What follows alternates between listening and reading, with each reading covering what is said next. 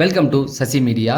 அதாவது Bigg Boss ப்ரோமோவுக்காக இன்றைக்கி எல்லாருமே காத்துக்கிட்டு இருந்தாங்க. காரணம் ஒன்று தான், என்னென்னா இன்றைக்கி வந்து கானா வினோத் வருவாரா அப்படிங்கிற ஒரு எதிர்பார்ப்பு, என்னென்ன பேச போகிறாரு அப்படின்னு நம்ம எதிர்பார்த்துக்கிட்டு இருந்தா, விஜய் சேதுபதி வழக்கமாக கொடுக்குற ப்ரோமோவை லேட்டாக கொடுத்துட்டு இப்போ வீட்டுக்குள்ளே இருக்கிறவங்கள விட்டு எக்ஸ் கண்டஸ்டண்ட்டாக அடிக்க போகிறாரா, அப்படி தானே ப்ரோமோ காட்டியிருக்காங்க அப்படிங்கிற மாதிரி நீங்கள் கேட்குறது புரியுது. ஆனால் கண்டிப்பாக அவங்கள ரோஸ்ட் பண்ணி தான் ஆகணும். ஏன்னா அவங்க பண்ண நிறைய விஷயங்கள் இந்த வாரத்தையே, ஏன் இந்த சீசனையே புரட்டி போட்டிருக்கு. அப்படி என்னென்ன நடந்தது, விஜய் சேதுபதி என்னென்ன சொல்ல வராரு அப்படிங்கிறத ஒன்று விடாமல் பார்த்துடலாம். வீடியோக்குள்ளே போகிறதுக்கு முன்னாடி சேனலை சப்ஸ்கிரைப் பண்ணிவிட்டு வீடியோவை லைக் பண்ணிடுங்க, ஹை பட்டனை தட்டி விட்டுருங்க.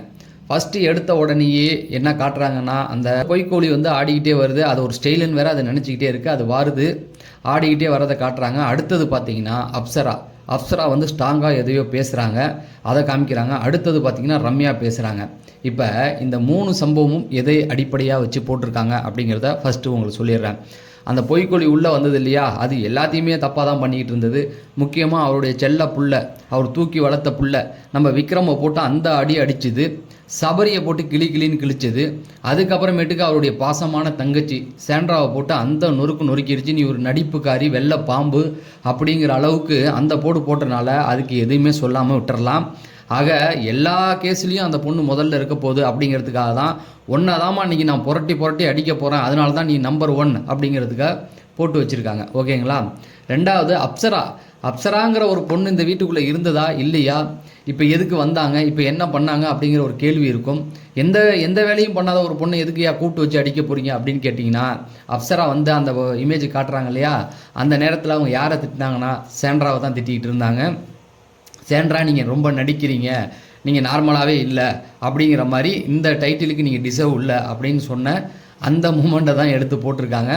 எப்படிமா நீ பேசலாம், அவரே இப்போ சொல்லுவார், கண்டஸ்டன்ட் பேரில் என் தங்கச்சியை உள்ளே அனுப்பியிருக்கேன், நீ என் தங்கச்சின்னு தெரிஞ்சு நீ எப்படி அடித்த அப்படிங்கிறதுக்கு தான் அவங்களுக்கு. அடுத்தது ஹோம் டூரில் ரம்யா நின்று பேசுகிறது, ஒன்றுமே இல்லை, என்னை பார்த்து எப்படி நீ பாம்புன்னு சொன்ன, இந்த இடத்துல தான் பார்வதி நீ நின்று என்னை பாம்புன்னு சொன்னீங்க அப்படின்னு சொன்ன அந்த இடம் தான். அங்கேயும் சாண்ட்ராவை போட்டு ரம்யா அந்த அடி அடித்தாங்க.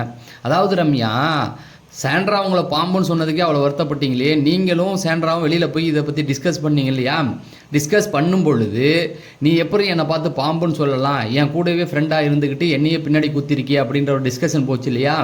அவங்க அப்போ பேசிக்கிட்டு இருக்கும்போது இந்த பக்கம் பிபி டீமோடைய கேமராமேனோ எடிட்டரோ 2 பேருமே சேர்ந்து அந்த லோகோவில் இருக்க, அதாவது லோகோ மாதிரி ஏதோ ஒன்று இருந்தது அந்த இடத்துல, அதில் இருக்க பாம்பை காமிச்சாங்க. பிபி டீமே ஒன்று ஒரு பாம்புன்னு தான் சொல்லுது, வெளியில் ஒன்று சந்திரமுகி பாம்புன்னு சொல்கிறாங்க. பட் நான்லாம் அந்த மாதிரிலாம் ஒன்று சொல்லவே மாட்டேன். இன்றைக்கி வந்து ஒன்று அந்த ரோஸ்ட்டு பண்ண போகிறாரு, அதுதான் இந்த 3 இது. அதுக்கப்புறமேட்டுக்கு விஜய் சேதுபதி வந்து பேச ஆரம்பிக்கிறார். என்னென்னா, விளையாட்டில் இருந்தது 6 பேர் அப்படிங்கிற மாதிரி சொல்கிறாரு. நம்மலாம் சேர்ந்து 6000 பேர்னு சொன்ன மாதிரி அவர் நம்மக்கிட்டே வந்து 6 பேர்னு சொல்கிறாரு. சார், முதல்ல வந்து 6 பேரே கிடையாது, இன்றைக்கி தான் கானா வினோத் போயிட்டார்ல, 5 பேர் தான் சார் இருக்காங்க, கரெக்டாக சொல்லுங்கள். இங்கே உள்ளே வந்த 6 பேரும் வந்து கணக்கு போட்டு ஆடி இருக்காங்க அப்படிங்கிற மாதிரி சொல்ல வர்றாரு. அதாவது வந்தவங்க வந்து உண்மையாகவே கணக்கு போட்டு தான் வந்திருக்காங்க, கானா வினோத்தை காலி பண்ணணும் அப்படிங்கிறது. ஆனால் அதை நீங்களே சொல்லும்போது தான் எங்களுக்கு கஷ்டமாக இருக்குது. நாங்களாம் என்ன நினச்சிக்கிட்டு இருந்தோம்னா, அவங்கக்கிட்ட நீங்கள் தான் சொல்லி அனுப்பியிருக்கீங்க, கானா வினோத்தை எப்படியாவது தூக்கிடணும்டா, அதுக்காக நீங்கள் எவ்வளோ வேணாலும் ஒர்க் பண்ணுங்கள் அப்படின்னு நீங்கள் சொன்ன மாதிரி தான் நாங்கள் இவ்வளோ நாள் சந்தேகப்பட்டுட்டு இருந்தோம். ஆனால் இப்போ நீங்கள் சொல்கிறத பார்த்தா உங்கள் மேலே எங்களுக்கு சந்தேகம் இல்லை, வந்தவங்க தான் ஏதோ ட்விஸ்ட் பண்ணியிருக்காங்க. ஏன்னா இந்த கேமோட போக்கையே அவனை மாற்றி அமைக்க தான் ட்ரை பண்ணாங்க. ஃபஸ்ட்டு எடுத்த உடனே பார்த்தீங்க அப்படின்னா கானா வினோத்தை வந்து எந்த அளவுக்கு அடிக்க முடியுமோ அடித்து பார்த்து தான் அவர் எடுத்தது. அதை வந்து நிறைய வீடியோவில் பேசிட்டார். வாட்டர் மில்லனை இந்த வாரம் நீங்கள் அனுப்புனதுக்கே காரணம் வந்து கானா வினோத்தை தூக்கணுங்கிறதுக்கு தான், நான் டைரெக்டாகவே சொல்கிறேன். ஏன்னா ரெட் கார்டை பற்றி தப்பாக பேசினார் அவர். ரெட் கார்டு வந்து தப்பு, அதை நீங்கள் எப்படி கொடுத்தீங்க, பார்வதி நல்லவன் சொன்ன ஒருத்தவரை அடுத்த வாரம் நீங்கள் கூப்பிட்டு வர்றது எங்களுக்கு சந்தேகத்தை உண்டு பண்ணுது சார், எங்களை தப்பாக நினைக்காதீங்க, ஓப்பனாகவே நான் சொல்லிடுறேன். அந்த ஒன்று இருக்கட்டும், வியானா பண்ணுறதா இருக்கட்டும், ரம்யா பண்ணுறதா, ரம்யாலாம் உண்மையாகவே பச்சை பாம்பு தாங்க. ஏன்னு பார்த்தீங்கன்னா, சபரிகிட்ட இருந்துக்கிட்டு திவ்யாவை போய் பொழுந்துக்கிட்டு இருக்கு. சபரியை வந்து அண்ணன்ட்டு அந்த பக்கம் திவ்யா நீ தான் ஜெயிக்க போகிற, அடுத்த வாய்ப்பு உனக்கு தான் இருக்குது அப்படிங்கிறத சொல்லிட்டாங்க. நீங்கள் நல்லா புரிஞ்சுக்கிங்களேன். கானா வினோத் இருக்கிற வரைக்கும் கானா வினோத்துன்ட்டு அவர் போனதுக்கப்புறம் ரம்யாட்ட போயிட்டு அடுத்து நீதாமா அப்படின்னு 4 பேர் சொல்லிட்டாங்க. யாராரு, பிரவீன் சொல்லியாச்சு, ரம்யா ஜோ சொல்லியாச்சு, கெமி சொல்லியாச்சு, அதுக்கப்புறம் இன்னொருத்தவங்க இருக்காங்களே வியானா, எல்லாருமே சொல்லிட்டாங்க. இப்போ இதில் ஆட்டத்தில் என்ன சுவாரஸ்யம் இருக்குது, கானாவினத்துக்கு அடுத்த இடத்துல நீ தாமா இருந்த, இப்போ அவர் போயிட்டாரு நீ தான் அப்படின்னு சொன்னதுக்கப்புறம் அந்த பொண்ணுக்கு தெரிஞ்சு போச்சு நம்ம தான் டைட்டில் வின்னர் ஆக போகிறோன்னு. இது இங்கேயே ஆட்டம் முடிஞ்சு போச்சு. அவங்க தான் டைட்டில் வின்னர் சொன்னதுக்கப்புறமேட்டுக்கு இது வீட்டுக்குள்ளே தெரியாமலா இருக்க போது. அடுத்த வாரம் எப்படி அவன் அமைதியாக இருப்பான்? அவன் ஏதாவது கேம் விளாடுறது ஏதாவது இன்ட்ரெஸ்ட் இருக்குமா? ஏதாவது ஒன்று பண்ணுவாங்களா? அப்படியே கேமையே அங்கேயே முடிச்சு விட்டுடுச்சிங்க எல்லாம் சேர்ந்து. அதுக்கப்புறம் என்ன சொல்கிறாரு, உள்ளே போய் அவங்க விளையாடுவான்னு பார்த்தா இருக்கிறவங்கள வந்து கேள்வி மேலே கேள்வி போட்டு சுத்தலில் விட்டுருக்காங்க அப்படிங்கிற மாதிரி சொல்கிறாரு. உண்மைதான், யாரையுமே அதிகமாக கேட்கல. அவருக்கு மனசுக்குள்ளே இருக்கிறது ஒன்று எப்பட்றா என் தங்கச்சி அந்த கேள்வி கேட்பீங்க அப்படிங்கிறது தான் அவர் மைண்டில் ஓடிக்கிட்டே இருக்குது. அங்கே என் மச்சான் என்னை வெளியில் போட்டு தொல்லை பண்ணிடுவான்டா, அந்த அடி அடிப்பான்டா, அவன் வேற கேஸ் போடுவான்லாம் சொல்லிகிட்டு இருக்கான்டா அப்படிங்கிற ஒரு பயம் அவருக்குள்ளே இருந்துக்கிட்டு தான் இருக்குது. அதே போல் இன்னொன்று விக்ரம் வந்து யார் அடித்தாலும் அவரால் தாங்கிக்க முடியாது. வீட்டில் உள்ளவங்களே இது வரைக்கும் அவரை வந்து அடித்து அவர் விட்டுருக்க மாட்டார், போட்டு பொழந்து எடுத்திருப்பார். ஒரு வீக்கெண்ட் ஷோவே போனாலும் பரவாயில்லடா விக்ரம் எப்படா நீங்கள் இந்த மாதிரி பண்ணுவீங்கன்னு போட்டு பொழந்து எடுக்கக்கூடியவர் தான். நீங்கள் பார்த்துருப்பீங்க, விக்ரம் செஞ்ச நிறைய தவறுகளை வந்து அவர் பெருசாகவே ஹைலைட் பண்ணியிருக்க மாட்டார். சும்மா ஓரிரு வார்த்தைகளில் கேட்டுட்டு கடந்து போயிருப்பார். ஆனால் மற்றவங்களெல்லாம் கண்ணாபுனான்னு ரோஸ்ட் பண்ணியிருப்பார். நீங்கள் நல்லா யோசிச்சு பாருங்கள், மற்றவங்களையும் விக்ரமையும் அவர் திட்டின இடத்துல பார்த்தீங்கன்னா மற்றவங்களுக்கு எப்படி வார்த்தையை பயன்படுத்தி எந்த அளவுக்கு எக்ஸ்ட்ரீமாக போயிருப்பாருன்றது தெரியும். விக்ரமோ ஒரே வார்த்தையில் முடிச்சுட்டு போயிடுவார். ஸோ அப்பேற்பட்ட என் செல்ல குழந்தையை போட்டு புரட்டி எடுத்திருக்கீங்களாடா அப்படிங்கிறது தான் அவருக்கு ஒரு காண்டு. ஆனால் இந்த விஷயத்தில் நானுமே வந்து விக்ரமுக்கு சப்போர்ட் பண்ணுறேன். ஏன்னா இந்த வாரம் ரொம்ப அவர்கிட்ட விளையாண்டுட்டாங்களோ அப்படிங்கிற மாதிரி தெரியுது. அந்த அளவுக்கு வந்து அவர் ஒரு கேம் விளையாண்டாரு. அவரே சொல்கிறாரு மக்கள் ஓட்டு அதை நான் பார்த்துக்கிறேன் அப்படிங்கிறது தான். ஆனால் அதுக்குன்னு போட்டு அவரை வந்து அந்த அடி அடித்து அவர் எமோஷ்னலாக கொஞ்சம் வீக்காக இருக்காருன்னு தெரிஞ்சு. ரெண்டாவது நல்லா யோசிச்சு பாருங்களேன், இந்த 6 பேருமே வந்து சிலர் வந்து சொல்கிறாங்க அதுக்கு தகுதி இல்லை இதுக்கு தகுதி இல்லை.